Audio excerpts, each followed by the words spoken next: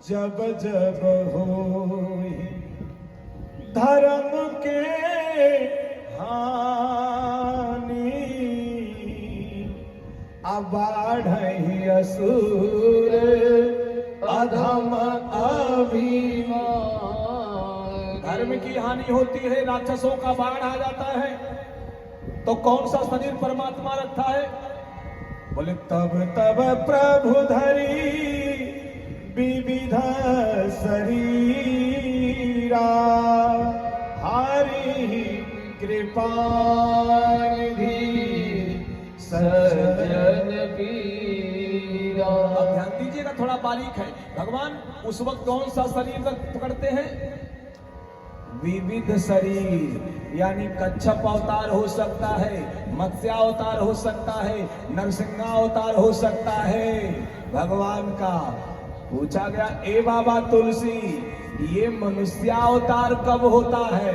हम वामनावतार की बात कर सकते हैं, परशुरामा की कर सकते हैं, रामावतार की कर सकते हैं। ये मत्स्यावतार, कच्छपावतार, नरसिंहावतार, ये अवतार की नहीं। मनुष्य का शरीर परमात्मा कब पकड़ता है?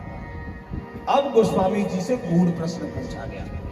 तो गोस्वामी तुलसीदास लिखते हैं, जब धर्म की हानि होती है तो परमात्मा विविध शरीर पकड़ता है, लेकिन जब धर्म की ग्लानि होती है तो मनुष्य का शरीर धरता है। ग्लानि और हानि में बड़ा अंतर है। यदा यदा हि धर्मस्य ग्लानिर्भवति भारत अभ्युत्थानं धर्मस्य तदात्मानं सृजाम्यहम्।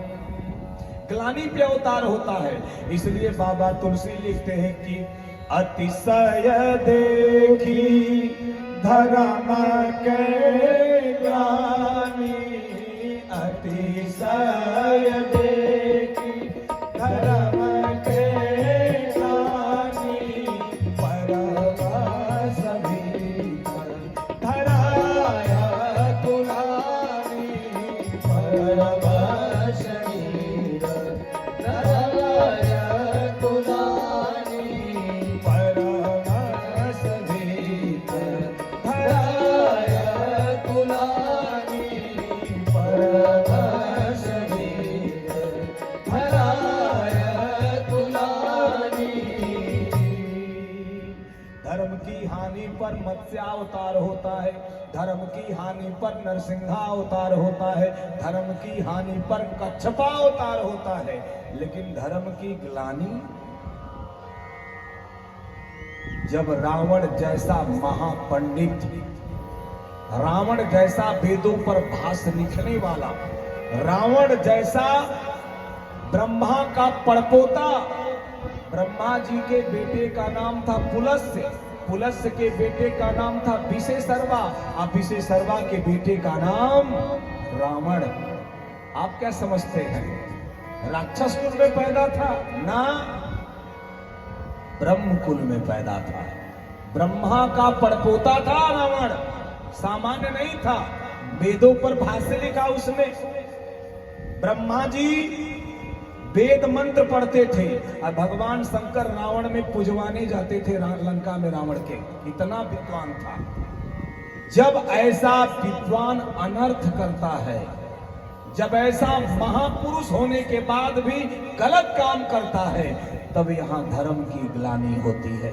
यानी जिसको धर्म करने के लिए कहा गया, वह जब अधर्म करने लगता है तब धर्म रोता है, तब वहां ग्लानि होती है। ये हानि नहीं है, ये ग्लानि है। जहां आप ऐसे रूप में जा सको शुद्ध बन करके, अन्यथा करोगे धर्म और होगा अधर्म, फिर लोग कहेंगे बड़ी पूजा कर रही थी फिर भी भोग रही है। उसका यही कारण है कि आपकी पूजा करने का तरीका ही गलत है। सही तरीके से करो, अन्यथा गड़बड़ हो जाएगी। जैसे दक्ष के बच्चे पैदा होते और नारद जी के यहाँ आते, नारद जी कान फूंक करके जंगल का रास्ता दिखा देते, लगा दक्ष को कि तो बंसा ही डूब जाएगा। दक्ष ने नारद को बुलाया, नारद गए, दक्ष के छोटे भाई हैं, नारद को प्रणाम किया।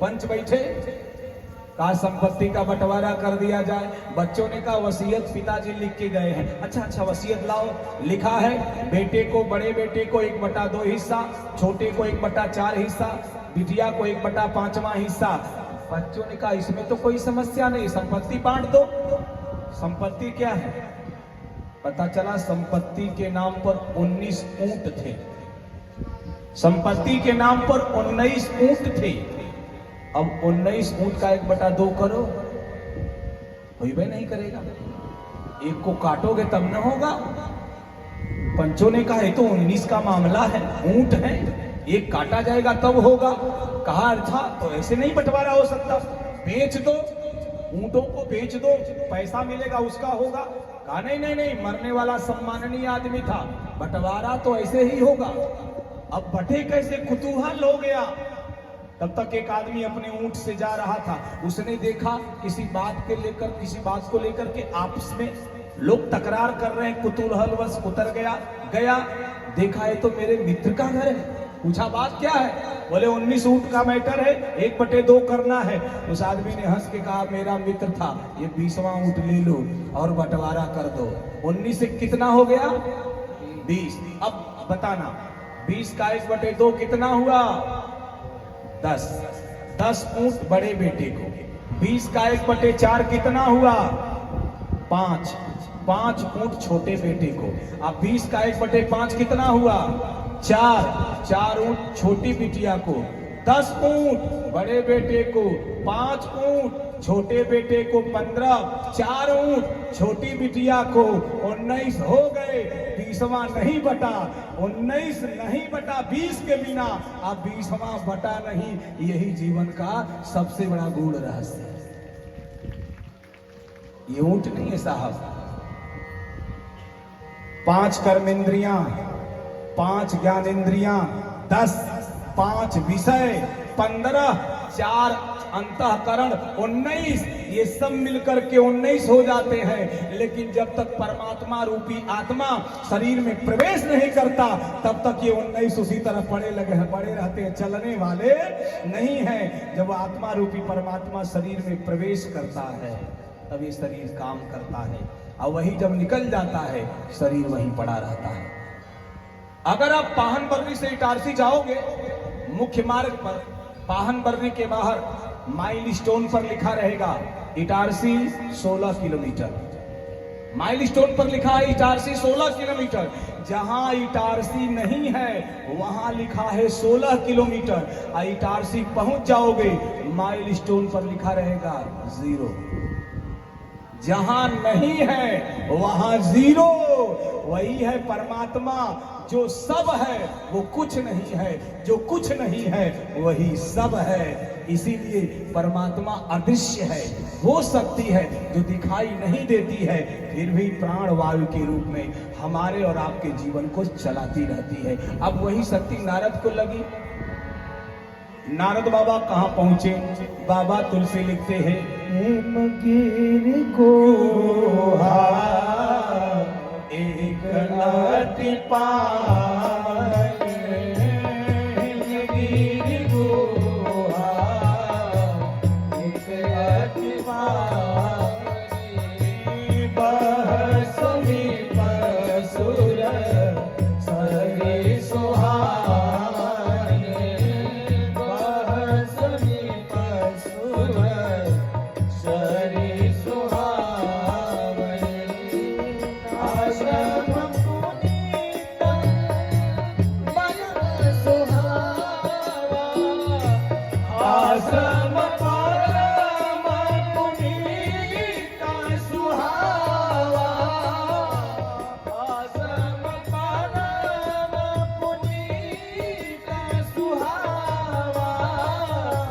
देखी देवर से मन अति भावा, देखी देवर से मन अति भावा, देखी देवर से मन अति भावा।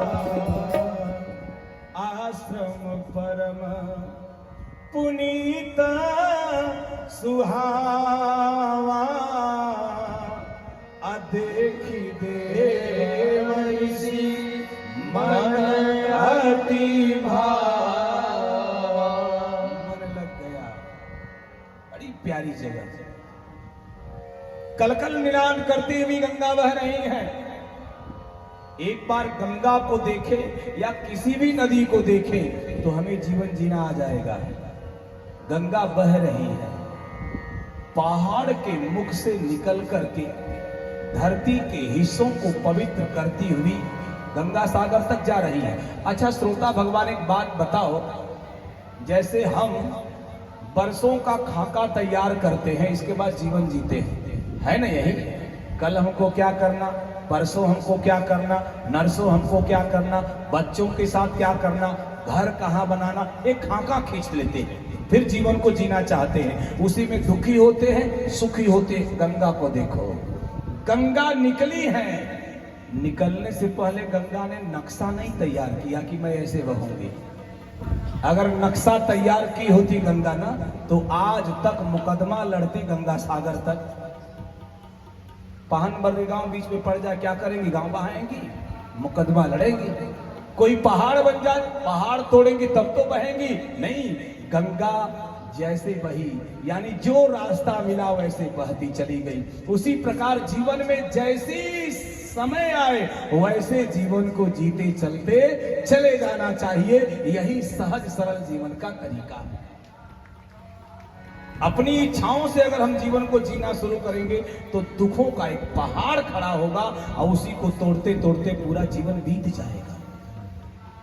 नारद बाबा ने जैसे देखा, प्यारी सी जगह है, कलकल किनानिनाद करती हुई गंगा की कलकल ध्वनि कर्ण कुहरों से हृदय प्रदेश को आराम दे रही है। बैठ गए। सुमिरत हरि श्राप गति बाधी, सहज मन लागी समाधि। भगवान को याद किया, और जैसे याद किया वैसे भगवान की कृपा हुई, वैसे परमात्मा की कृपा हुई। और कृपा हुई तो जो श्राप था कि तुम एक जगह नहीं ठहरोगे, वो श्राप कुंद हो गया। भगवान की कृपा के सामने सारी समस्याओं का निदान हो जाता है। लेकिन कृपा हम महसूस करें तब, कृपा के योग्य बन जाएं हम तब।